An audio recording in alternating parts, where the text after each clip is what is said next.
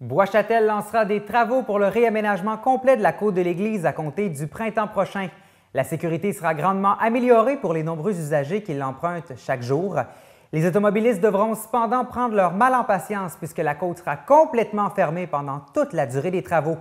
Pourquoi avoir privilégié cette option plutôt qu'un nouveau lien? J'ai posé la question au maire Yves Germain.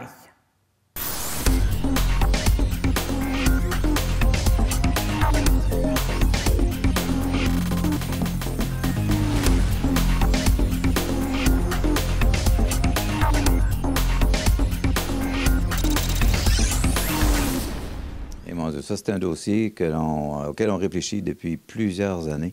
D'abord parce qu'on cherchait une autre alternative. C'est le seul lien que l'on a entre l'avenue Royale et le boulevard Sainte-Anne, la côte de l'Église, avec ses particularités, son design qui est un petit peu particulier, son tracé, je devrais dire, qui est un peu particulier, puis qui, pour certains, inquiète, alors que quand les gens s'y habituent, ils ne s'en inquiètent pas, ni en été, ni en hiver comme en été.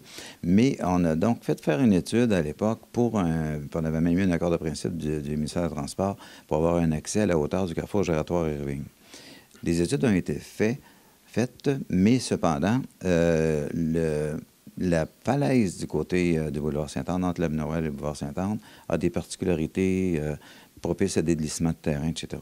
Donc, les analyses ne nous ont pas convaincus d'une faisabilité sans risque, tout en nous confirmant que c'était très, très coûteux en plus.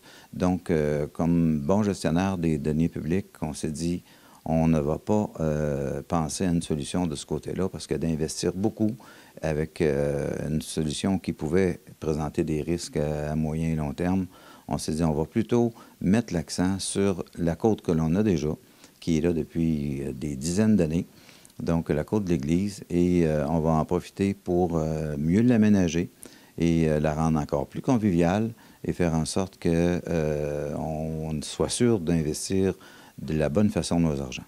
Et qu'est-ce qui sera fait justement dans la côte de l'Église? Qu'est-ce qu'on va réaménager? En fait, on sait que ce qui pose particulièrement problème, c'est les courbes. Et donc, toutes les courbes seront améliorées, donc pour améliorer la visibilité, les rendre donc forcément plus sécuritaires, que ce soit celle qui au sud du cimetière, à la première, lors de la descente, celle du centre, que l'on appelle communément la courbe en épingle, sera beaucoup améliorée parce qu'aujourd'hui, vous êtes comme un peu déporté vers la droite en descendant, puis pour certains, ça présente une certaine problématique. Donc, on veut aménager ça plus, l'amener comme plutôt un plateau central. Et par la suite, les gens vont entreprendre la dernière partie de la descente. Et également, la courbe au bas complètement va être corrigée de beaucoup, ce qui va faire en sorte que peu importe dans le sens où les gens circulent, ils vont voir de beaucoup plus loin venir le véhicule en sens inverse, alors qu'aujourd'hui, ils le découvrent presque dans la courbe. Et pour faire ces travaux-là, la Ville a dû acheter certaines parcelles de terrain, certaines résidences aussi. Oui, c'est ça. On a dû déjà, depuis plus d'un an et demi, la première résidence, celle du sud de la côte, a été acquise. Elle est maintenant, d'ailleurs, les gens l'ont quittée depuis le printemps. Et celle du centre a aussi été acquise. Les gens ont quand même n'ont pas été bousculés. C'est de gré à gré toujours que ça s'est conclu. Et les gens vont la quitter au cours des prochains mois. Et il y a pour le reste, ce n'est pas des maisons, c'est des parcelles de terrain qui sont nécessaires pour élargir vers le nord la côte. Parce qu'on veut aussi, il faut dire que de plus en plus, des piétons, des cyclistes qui l'empruntent, et c'était pas conçu nécessairement pour ça. Donc, en l'élargissant, on veut réserver un corridor pour piétons et cyclistes. On veut profiter du fait qu'on a acquis la propriété dans la courbe en épingle au centre de la côte pour pouvoir se garder un espace un peu de repos pour ces gens-là, de vélo ou piétons qui l'empruntent, pour qu'ils puissent s'y arrêter. En même temps, ça fera probablement un lieu d'observation peut-être intéressant aussi. Et donc, c'est ces aménagements-là que l'on va compléter pour faire en sorte que ça sera plus sécuritaire, autant pour les automobilistes, pour les cyclistes et les piétons aussi. Par contre, il y aura des entraves, évidemment, donc on ne fait pas d'omelette sans casser des œufs.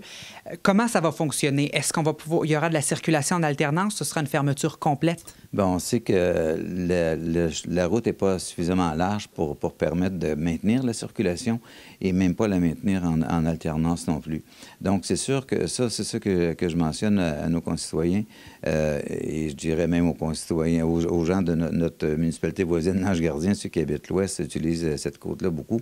Donc, c'est sûr que pour quelques mois de l'année 2017, il y aura impossibilité d'utiliser cette côte. On sait, les études de circulation nous démontrent qu'il y a plus de 6 000 véhicules par jour qui empruntent la côte de l'Église. En fait, c'est les deux principaux. La plupart des gens se dirigent vers l'ouest en quittant Bois-Châtel, et c'est soit par le pont de l'avenue Royale à la chute Montmorency, à la rivière Montmorency, ou soit par la côte de l'Église.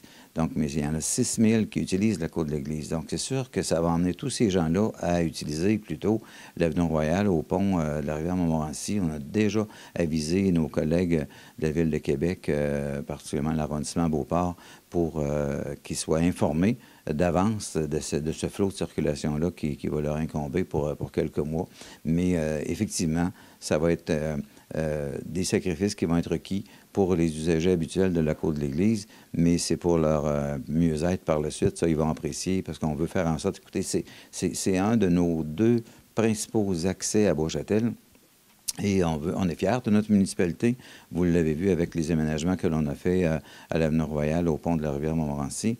Bien, c'est un peu la même chose qu'il y aura au bas de la côte de l'église de Bois-Châtel. La côte elle-même sera plus sécuritaire, mais déjà en arrivant, en quittant le boulevard Sainte-Anne pour accéder à la côte de l'église, les gens vont s'apercevoir des caractéristiques que l'on reconnaît à Bois-Châtel pour la qualité des aménagements. Il y aura même au pied de la côte, parce qu'on a quand même la véloroute Marie-Hélène-Prémont qui arrive au sud de la voie ferrée, on va réaménager l'accès à la véloroute Marie-Hélène-Prémont pour la traverse de la voie ferrée, qui aujourd'hui n'est pas trop sécuritaire en diagonale comme c'est là.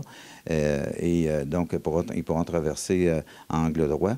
Et on aura un parc, une halte vélo qui sera faite au sud de la côte de l'église, à l'ouest de la côte. Et ils pourront par la suite traverser en angle droit aussi pour aller du côté de la rue du Gall, là où est en zone partagée la piste de la véloroute Marie-Hélène-Prémont. Fait que c'est tout ça. Puis il y aura aussi, ça va être plus sécuritaire pour la voie ferrée, parce qu'il y aura aussi des barrières. Ça va être nouveau. Il y aura des barrières et pour la piste de la véloroute et pour la circulation automobile. Et à partir de quand les travaux vont débuter? Bien, en fait, il y a toujours la question de la période de dégel. Donc, après la période de dégel en mai, c'est sûr que là, les travaux s'enclenchent de façon vraiment sérieuse, là.